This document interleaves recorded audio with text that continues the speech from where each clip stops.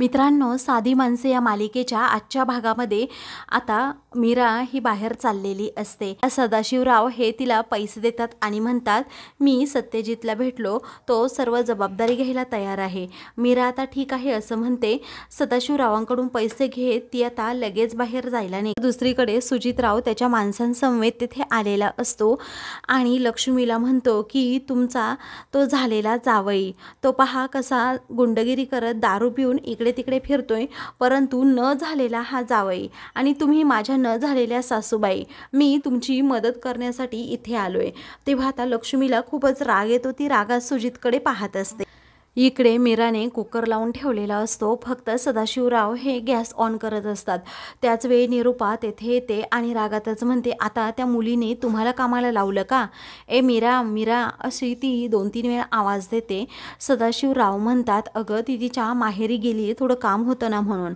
मग आता रागातच निरूपा म्हणते की तिला एवढंच करायचं होतं तर मग लग्न कशाला केलं, सारखी आपली उठसूट माहेरी पळते माहेरी पळते। त्यावेळी आता सदाशिवराव म्हणतात, अगं ती सगळं काम करून गेली, फक्त म्हणाली की सासूबाईंसाठी गरम भात लागतो ना, तुम्ही फक्त तो गॅस चालू करा, बाकी नाही काही। हे पंकज आता एका माणसाकडून फोन घेतो आणि म्हणतो घरी फोन करायचा आहे। तेव्हा तो माणूस म्हणतो पटकन उरकायचं। पंकज आता ठीक आहे असं म्हणतो, तर आता तो निरूपाच्या मोबाईलवर फोन करतो, परंतु आता निरूपा रागात असल्यामुळे ती सदाशिवरावांना म्हणते कुणाचा फोन आहे तेवढा घ्या बरं।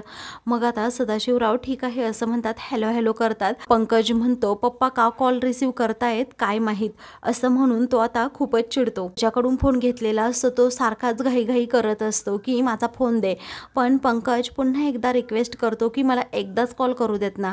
मग आता 2-3 वेळा त्यांनी कॉल केल्यानंतर इकडे निरूपा कशीबशी तो कॉल घेते आणि विचारते कोण आहे। तेवढ्यातच कुकरच्या शिट्टीचा जोरात आवाज येतो, त्यामुळे पंकजचं काहीही बोलणं निरूपाच्या कानावर पडत नाही। ती म्हणते की हॅलो कोण बोलतंय? तो म्हणत असतो मम्मा मी, अगं तुझा बबड्या आहे बबड्या, अगं माझा फोन हरवलाय। तरीही तिला आता काहीच शब्द ऐकू येत नाही, त्यामुळे ती म्हणते कोण आहे काय माहीत, कारण जेव्हा तो बोलतो नेमकी त्याच वेळी शिट्टी वाजत असते। रागातच फोन ठेवते, तर पंकजकडून सुद्धा तो माणूस मोबाईल घेतो आणि म्हणतो एक फोन करण्याच्या नादामध्ये 5 वेळा फोन केले, दे इकडे माझा मोबाईल, असं म्हणून तो देखील तेथून जातो। दुसरीकडे सुजितराव हा खूपच अरेरावी करत असतो आणि लक्ष्मीला म्हणत असतो हे पैसे घ्या, मी तुमचा जावई नसलो तरी तुम्हाला मदत करतोय आणि मला तुमच्या ह्या मुलाचा खूप अभिमान वाटतो। तेव्हा राज आता खूपच खुश होऊन जातो। त्याचवेळी तुझ्या पैशांची गरज नाही, माझ्याकडे पैसे आहेत असं मीरा तेथे येत म्हणते आणि सुजित कुमारला म्हणते तुझे पैसे तू घे, अगोदर निघ इथून। तेव्हा लक्ष्मी विचारते काय ग बाळा, तुझ्याकडे एवढे पैसे कुठून आले? मग आता मीरा म्हणते माझ्या नवऱ्याने दिलेत मला। तेव्हा आता सुजित कुमारकडे पाहून ती म्हणते, तेव्हा त्याला खूप राग येतो, तो म्हणतो बघून घेईन तुझ्याकडे, मी तुला सोडणार नाहीये। मीरा म्हणते निघ। तो आता गुपचूप त्याच्या माणसांसमवेत तेथून जातो। त्यावेळी त्याचा जबरदस्त अपमान करून मीरा आता खूपच खुश होते। त्यावेळी लक्ष्मीला खूपच आनंद होतो। तर आता त्या दोघीही लगेच आपलं दुकान उभारण्यासाठी मंदिराकडे जातात। तेथे गेल्यानंतर आता दुकान व्यवस्थित पुन्हा सुरू होतं। तेव्हा सगळं ओके आहे ना आई, असं आता मीरा विचारते। तेव्हा लक्ष्मी म्हणते हो सगळं काही एकदम ओके आहे, आता तू काळजी करू नकोस, पण तुला हे पैसे खरंच कुणी दिले ग एवढे? मग आता ती म्हणते खरंच अगं यांनी मदत केली आणि बाबांच्या हातून पाठवले होते घरी, पैशांची व्यवस्था करण्यासाठीच ते बाहेर गेले होते, तू काळजी करू नकोस। मग आता लक्ष्मी म्हणते आता दुकान सुरू झालं ना, हळूहळू आपण त्यांचे पैसे पुन्हा रिटर्न करूयात, त्यावेळी त्याची काही गरज नाही आहे, हे आपली जबाबदारी घेण्यासाठी आहेत समर्थ। दादा नेहमी कसे म्हणायचे की प्रेमाचा रस्ता हा पोटातून जातो, तसंच मी आज यांच्यासाठी त्यांच्या आवडीचं सगळं जेवण बनवणार आहे। तेव्हा लक्ष्मी म्हणते हो बनव बनव, सगळं काही अगदी त्यांच्या आवडीचं बनव। त्यानंतर आता मीरा ही घरी येते आणि लगेच स्वयंपाकाची तयारी करते। सत्याच्या आवडीचं ती सगळं काही जेवण अगदी मन लावून बनवत असते आणि म्हणते की आता यांना जबाबदारी कळायला लागली आहे, आम्ही दोघे नंतर सोबतच जेवण करू। स्वयंपाक बनवत असताना रवी तेथे येतो, तर मीरा प्रत्येक पदार्थ त्याला चाखायला देते। तो म्हणतो खरंच खूप छान झालं आहे।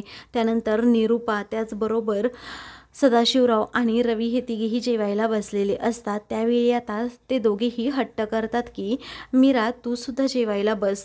रवी म्हणतो वहिनी बस ना गं. तरीही मीरा आता नकारच देते. निरूपा मात्र स्वतःच्या तोऱ्यात आता मीराने केलेलं जेवण खात असते.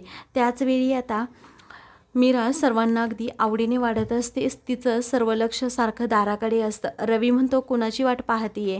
मग आता मीरा म्हणते कुणाची नाही असंच. मग आता सदाशिवराव आणि रवी हे दोघेही तिची गंमत करू लागल्या. म्हणते हे आले की आम्ही दोघे एकत्र जेवण करू. मग आता निरूपा रागातच तिच्याकडे पाहू लागते. काही वेळानंतर आता त्या सर्वांचं जेवण करून होतं. त्या आता सत्यासाठी अगदी छान असं ताट वाढून ठेवते आणि सारखं तिचं दाराकडे लक्ष असतं. कधी एकदा सत्या येतोय ते. त्यानंतर आता सारखं सत्या हा दार वाजवत असतो कारण तो तेथे आलेला असतो. तेव्हा मीरा पटकन तेथे जाते, स्वतःला जरा आवरते आणि मग लगेच दार उघडते. त्याचवेळी आता सत्या मात्र दारू पिऊन तेथे आलेला असतो. त्याला असं दारू पिऊन आलेलं पाहून त्याची सर्व स्वप्नच भंग पावतात. कारण तिने जे स्वप्न पाहिलेलं असतं की आम्ही दोघे एकत्र जेवण करू, तसं काहीच आता होणार नसतं हे तिला माहीत असतं. ती आता लगेच तोंड वाकडं करते. तर आता धूमकेतू तू अशी काय दिसतेस मला, असं म्हणून सत्या तिला विचारतो. आता मीरा त्याच्याकडे पाहतच राहते. तिला आता त्याचा खूप राग आलेला असतो. ती एकही शब्द तोंडातून काढत नाही. मग नंतर सत्या म्हणतो मला तर 4-4 धूमकेतू दिसत आहेत. तू इथे कशी, तू तर तुझ्या घरी असायला हवं होतंस ना, असं म्हणून ती आता खूपच चिडते. त्यावेळी सत्या म्हणतो अगं मला तू तर 4-4 दिसतीये धूमकेतू, बाजूला हो, मला खूप भूक लागली. असं म्हणून तो पटकन घरात येतो, डायनिंग टेबलजवळ बसतो आणि जे ताट वाढलेलं असतं आता तेथे एक छोटासा बाऊल असतो. त्या बाऊलमध्येच तो डाळ भात खात असतो. सत्याचं असं वागणं पाहून मीराला खूपच वाईट वाटतं. ती म्हणते हा कसा खातोय नुसता आधाशासारखा. तो आता खूपच मोठे मोठे घास घेत असतो आणि वेड्यासारखा खात असतो. डाळ बाऊलमध्ये घेण्याऐवजी तो तिथे टेबलवरच टाकतो. त्यामुळे आता मीराला अजूनच त्याचा राग येतो. तर ती सोफ्यावर जाऊन बसते आणि डोक्यालाच हात लावते. तर सत्याचं आता जेवण करून होतं. त्याने ते सर्व खरकट अन्न तेथे पडलेलं असतं. त्यावेळी तो तसाच उठणार असतो. तर मीरा आता लगेच त्याच्या जवळ जाता ढेकर देतो आणि म्हणतो की खूप छान जेवण झालं होतं, असं म्हणून तो त्या जगनेच पाणी पित असतो. त्यावेळी मीरा अजूनच रागात त्याच्याकडे. तर सत्य आता तेथून जाणार असतो. त्याचवेळी मीरा म्हणते जरा थांबा, असं म्हणून तिथे सगळं खरकट अगोदर त्याला स्वच्छ करायला सांगते.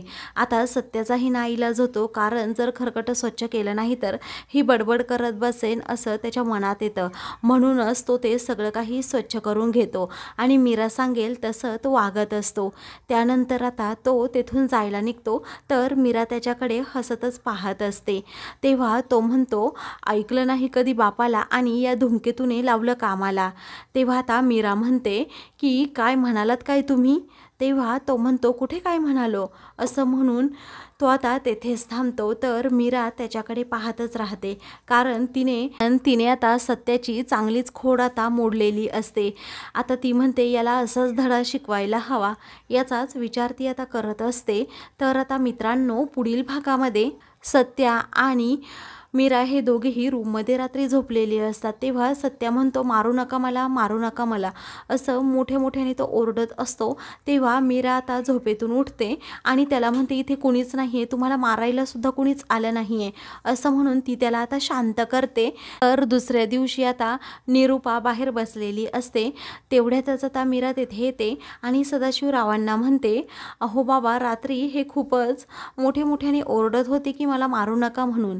मग आता निरूपा म्हणते झाला सत्यानाश झाला, आता तुला माहीत नाही तुझ्या गळ्यात नक्की कोणता धोंडा यांनी बांधला आहे, असं म्हणून निरूपा आता तिच्याकडे पाहतच राहते. तर मीराला काहीच समजत नाही. अशाच मालिकेंचे पुढील भाग पाहण्यासाठी चॅनलला सबस्क्राईब करा.